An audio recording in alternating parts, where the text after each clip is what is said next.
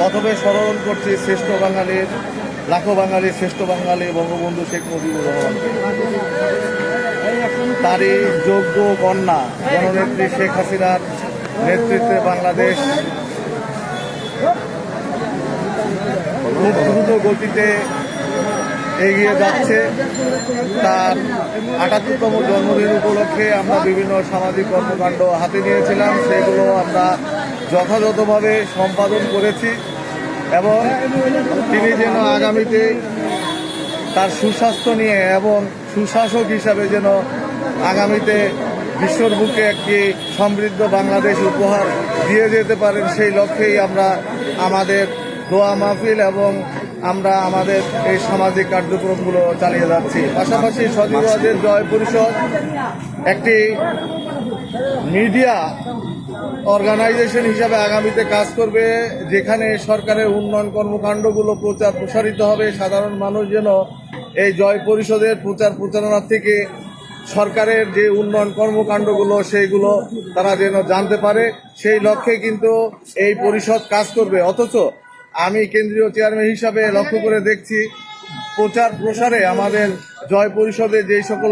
স্বেচ্ছাসেবক আছে তারা যথাযথভাবে এই কাজগুলো করতে পারছে না, এবং কোনো ধরনের প্রচারণার বিষয়ে খুব বেশি অভিজ্ঞতা তাদের নাই বলে মনে হচ্ছে আমার কাছে। তাই এই সজীবদের জয় পরিষদ অচিরেই বিভিন্ন পরিবর্তন আনা হবে এবং এই প্রসার এবং মিডিয়া সংশ্লিষ্ট যেটাকে বলে হয় সোশ্যাল মিডিয়ার জ্ঞান প্রদানের জন্য আমরা প্রত্যেক জেলার সভাপতি এবং সেক্রেটারিকে আমরা প্রশিক্ষণের ব্যবস্থা করব। এই লক্ষ্যে আমরা আমাদের কেন্দ্রীয় কার্যালয় আমরা নিয়েছি এবং আমাদের ট্রেনিং এর জন্যে যেই কক্ষ দরকার সেটা আমরা অলরেডি আমরা নিয়ে ফেলেছি। তাই আগামীতে প্রত্যেক জেলার সভাপতি এবং সেক্রেটারিকে তাদের দায়িত্বে তারা যেন জেলাটাকে একটা আইটির সম্পূর্ণ প্রত্যেকটা স্বেচ্ছাসেবককে যেন আইটির জ্ঞান প্রদান করতে পারে, সেই লক্ষ্যে তাদেরকে আমরা আগামীতে প্রশিক্ষণ প্রদান করব এবং জয় পরিষদ আগামীতে তরুণ সমাজে যারা শিক্ষিত, যারা বেকার, যাদের মানে আত্মনির্ভরশীল করার জন্যে এবং স্বনির্ভর করার জন্যে আমাদের এই সংগঠনের লক্ষ্য। এবং আমরা মনে করি যে আমরা যেভাবে কাজ করে চলছি, হয়তো প্রত্যেকটা মানুষকে দক্ষ করার জন্য অবশ্যই তাকে প্রশিক্ষণ এবং শিক্ষার ব্যবস্থা করা উচিত। এটা আমাদের কেন্দ্রীয় কমিটির থেকে নৈতিক দায়িত্ব এবং এই ব্যবস্থা আমরা অচিরেই গ্রহণ করছি এবং প্রত্যেকটা জেলাকে এই সজীবদের জয় পরিষদের কার্যক্রমকে গতিশীল করার জন্য প্রত্যেকে প্রাথমিক সদস্য হিসাবে প্রত্যেক জেলাকে 200 টাকা করে সদস্য ফি প্রদান করার জন্য আমি বিনীত অনুরোধ করছি। কারণ এই প্রশিক্ষণ এবং তাদেরকে পরিচয়পত্র প্রদান, পাশাপাশি তথ্যভিত্তিক এবং সোশ্যাল মিডিয়া অভিজ্ঞ করার জন্য ট্রেনিং প্রদান এবং তার নামে ক্রেস্ট এবং কোড পিন ও কেন্দ্রীয় ওয়েবসাইটে আনার জন্য প্রত্যেকে গতিশীল করার জন্য 200 টাকা করে এই সদস্য ফি প্রদানের জন্য বিনীতভাবে অনুরোধ করা যাচ্ছে। এবং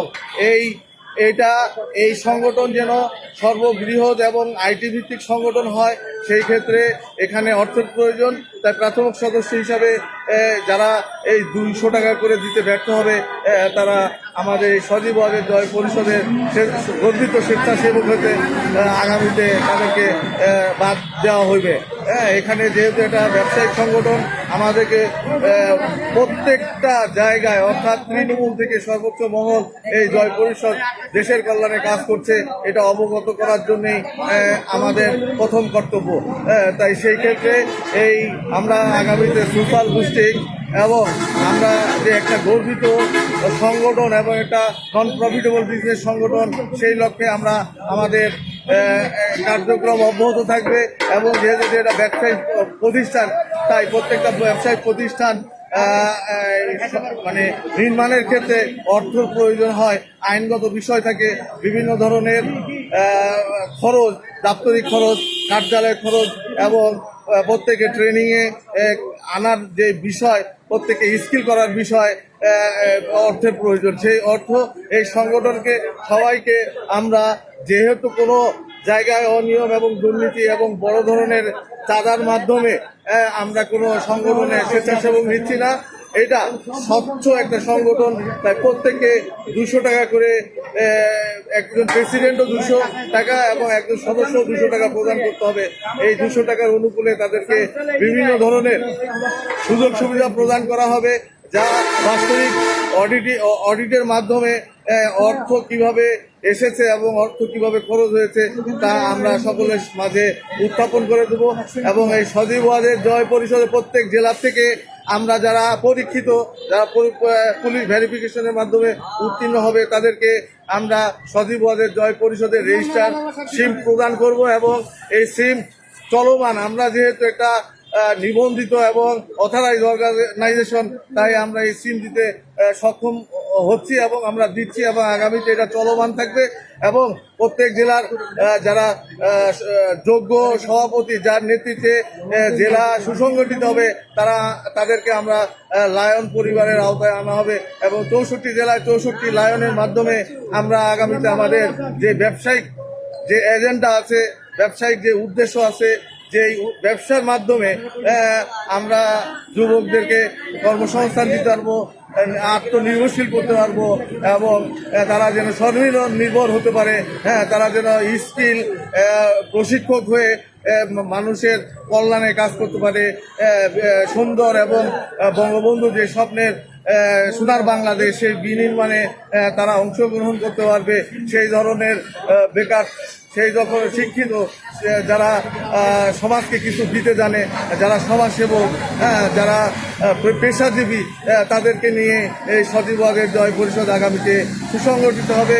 পাশাপাশি যুবলীগ, ছাত্রলীগ এবং আওয়ামী লীগের যারা ত্যাগী, যারা স্বচ্ছ ইমেজের, তাদেরকেও আমরা দ্বিতীয়তে অগ্রাধিকার প্রদান করব।